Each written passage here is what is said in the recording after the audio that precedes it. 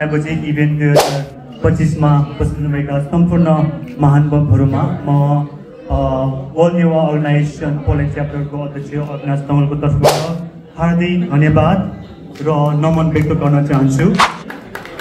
आजको कार्यक्रम एउटा सांस्कृतिक कार्यक्रम मात्र नभएर यो हाम्रो पहिचान, इतिहास र गौरवको उत्सव हो।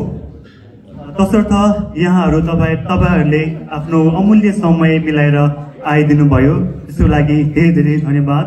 र म विशेष धन्यवाद दिन चाहन्छु हाम्रो कलाकार साथीहरूलाई अनि हाम्रो ब्याक स्टेजमा बसेर हामीलाई सहयोग गर्नुहुने भोलिन्टियर स्वयंसेवक साथीहरू र दिनरात नभनी खटिने हाम्रा आयोजक साथीहरू र धेरै नै ठुलो धन्यवाद म दिन चाहन्छु हाम्रा आज सहभागी सम्पूर्ण महानुभावहरूलाई।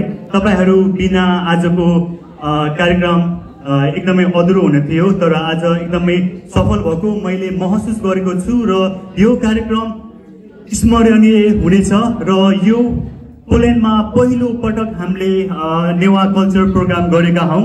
आशा छ यो इतिहास बन्नेछ र अब आउने जेनेरेसनले हाम्रो यो आजको प्रोग्राम सम्झिरहनेछ। यति भन्दै आजको कार्यक्रम समापन भएको म घोषणा गर्दछु र हाम्रो अब यो समापन पछि हाम्रो ओपन डान्स हुनेछ।